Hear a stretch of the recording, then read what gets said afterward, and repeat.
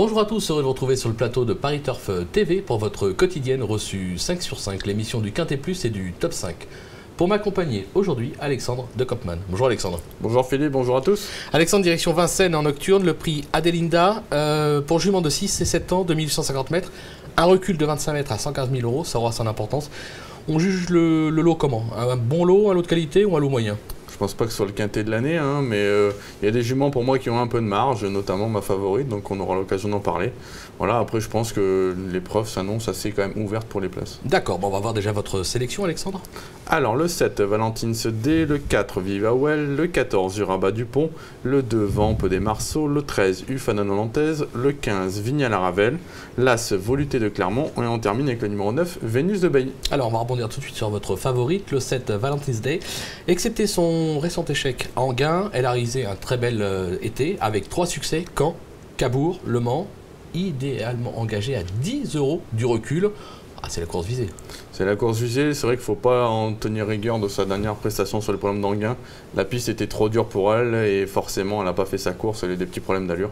On est face à de suite, c'est une jument de train, c'est une jument à mon avis si elle arrive à prendre tête et corne, elle sera dure à déloger. Franck Nivard l'a drivé une fois, ils ont gagné ensemble. J'aurais peut-être préféré la grande piste parce que c'est une jument qui a besoin d'avoir ses ailes en début de parcours. Maintenant, voilà, si elle prend tête et corne à mon avis, ils y verront que le bout de la queue. C'est la confiance. On va voir ce qu'en pense Grégoire Well, puisque Arnaud Lecomte l'a joint au téléphone. On l'écoute. Ah oui, non, c'est un très bon engagement, hein, que des juments de 6 ans et plus, que des femelles. Franck, tu l'as connu maintenant, il a même, c'est parfait, hein, c'est un bon engagement. On peut l'envisager pour renouer avec la victoire, donc. Voilà, on pose une question de sagesse, hein, avec elle, on est content du meilleur comme du pire. Maintenant, je pense qu'elle en gagne. Maintenant, voilà, hein, faut pas... Avec elle, on reste prudent. Prudent mais confiant. Prudent mais confiant, tout à fait.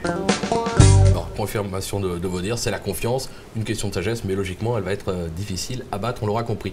Vous lui opposez le numéro 4, Viva Well, qui vient de prouver sa forme à Pornichet. Elle aura pour elle de s'être déjà placée sur ce parcours en tête. Bah, les ambitions sont là, c'est logique.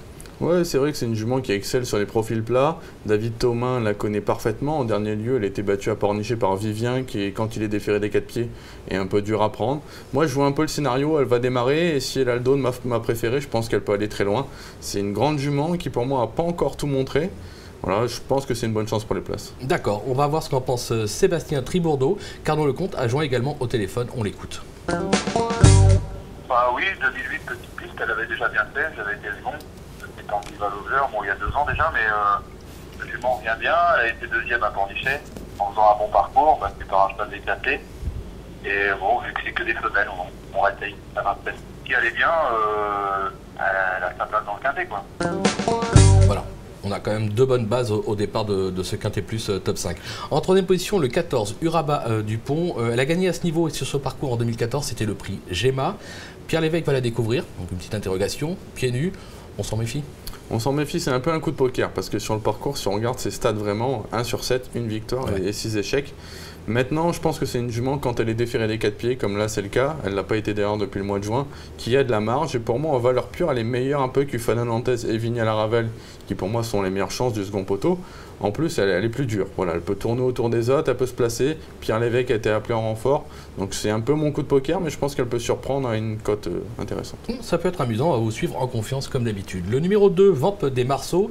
Elle excelle sur les tracés de province et donc logiquement elle devrait être avantagée par la petite piste. Régulière, elle mérite crédit.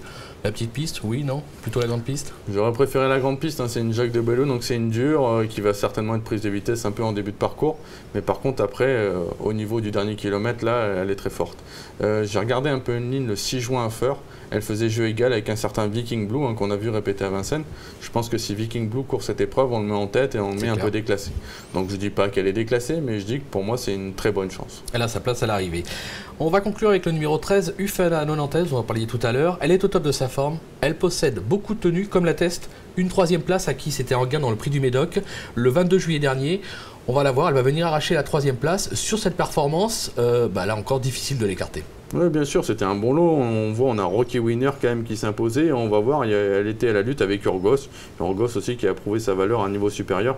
Elle finissait bien ce jour-là. C'est une jument qui est bien sur les profils plats. Elle est bien également quand elle est déférée des 4 pieds.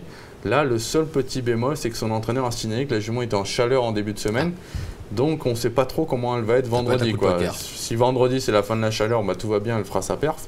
Sinon, bah, ça peut être embêtant et c'est peut-être une favorite un peu douteuse, quoi. Donc c'est pour ça que je l'ai mise que 5e. D'accord.